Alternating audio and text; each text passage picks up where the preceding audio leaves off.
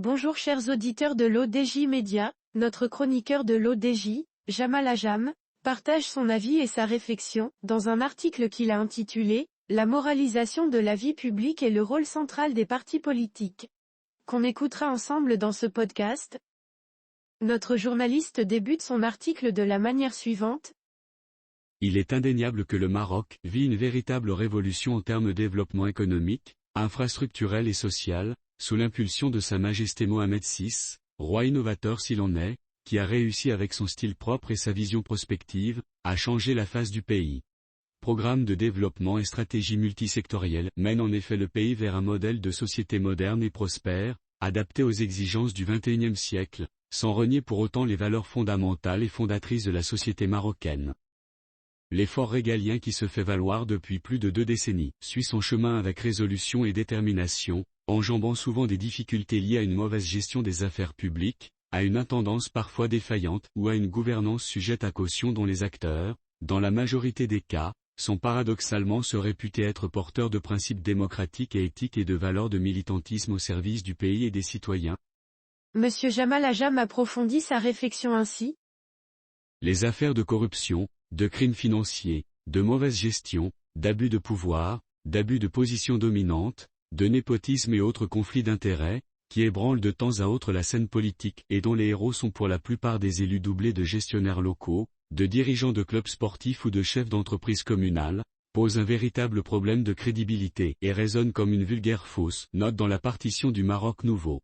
Certes, la réponse judiciaire à ces phénomènes, ferme et implacable, à laquelle nous assistons, est à même de préserver la confiance des citoyens, comme celle des investisseurs et de contribuer à la moralisation de la vie publique.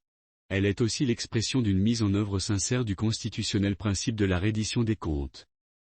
Mais il n'en demeure pas moins que cette réponse, aussi nécessaire soit-elle, relève de par la nature du rôle de pouvoir judiciaire, de la réaction punitive à une action nuisible. Elle est réparatrice de préjudice subi à défaut d'être préventive de ce même préjudice.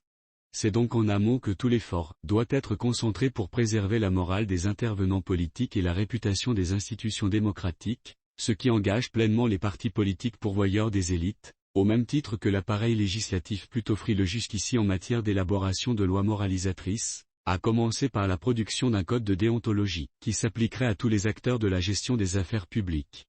Étant des composantes majeures de la démocratie et de la gouvernance, le rôle des partis politiques doit se situer au centre de l'action pour la moralisation de la vie publique.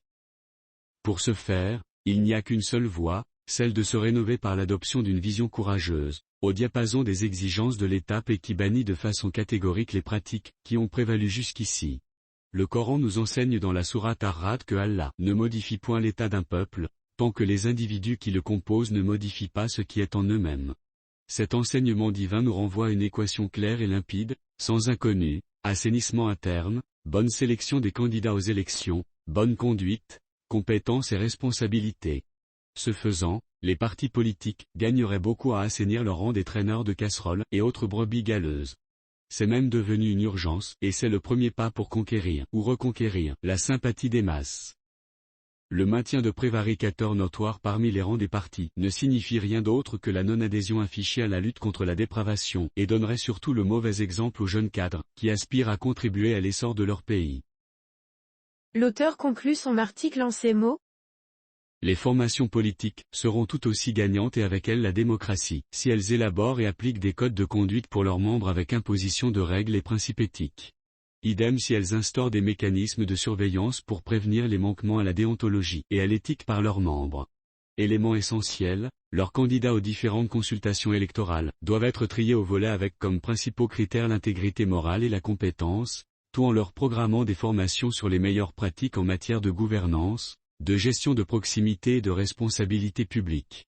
Les mêmes mesures destinées à promouvoir l'éthique dans la pratique politique et la gestion des affaires publiques seraient particulièrement utiles si elles venaient à être imposées, par texte législatif, aux assemblées représentatives locales, régionales et nationales. Reste que la moralisation de la vie publique ne repose pas uniquement sur les partis politiques mais implique également la participation citoyenne, la société civile, les médias et les institutions de contrôle, sous leurs différentes formes. C'est une question de patriotisme et de citoyenneté, d'autant que le Maroc ambitionne de poursuivre son évolution vers davantage de progrès, de démocratie et de justice sociale, appuyé en cela sur des institutions constitutionnelles fortes et crédibles. Rédigé par Jamal Ajam. C'est tout pour aujourd'hui sur R212. On se dit au prochain podcast de nos chroniqueurs de l'ODJ, restez à l'écoute pour plus d'actualités. Et merci de nous avoir écoutés, à très bientôt.